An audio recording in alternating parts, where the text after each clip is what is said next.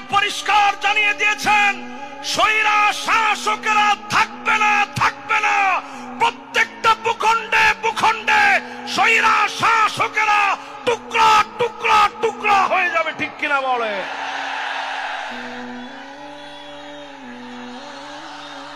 আমি বাংলাদেশের মানচিত্র থেকে আজকের এই মাহফিল থেকে বলতে চাই, 5 আগস্টে বাংলাদেশ দিয়ে শুরু হয়েছে, 8 ডিসেম্বরে সিরিয়া বিজয় হয়েছে, অল্প কিছুদিনের ভিতরেই মিশর বিজয় হবে, টিউনিসিয়া জেগে উঠবে, লিবিয়া আবার নতুন জাগরণে জাগবে, লেবাননের ভিতরে অগ্নিস্ফুলিঙ্গ ছড়ায় যাবে।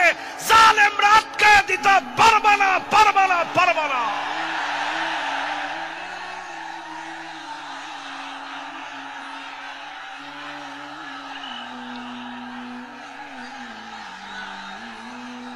আগামীর পৃথিবীর নেতৃত্ব দেওয়ার জন্য, আগামীর পৃথিবীর নেতৃত্ব দেওয়ার জন্য পেকুয়ার ঐতিহাসিক মাহফিল থেকে বলতে চাই, ও যুবক, তোমাকে জেগে উঠতে হবে।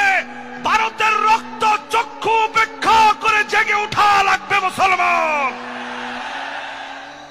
নবীজি সাল্লাল্লাহু আলাইহি সাল্লাম পরিষ্কার বলে গেলেন, পঞ্চম শাসন এই পৃথিবীতে আসবে।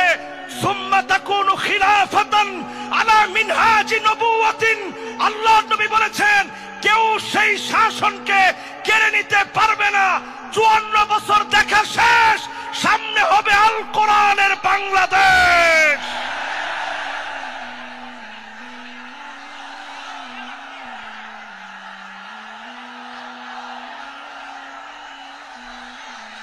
কেউ মনে নিবেন না, হুজুর মনে হয় হুজুরের নিজের কথা বলতেছে।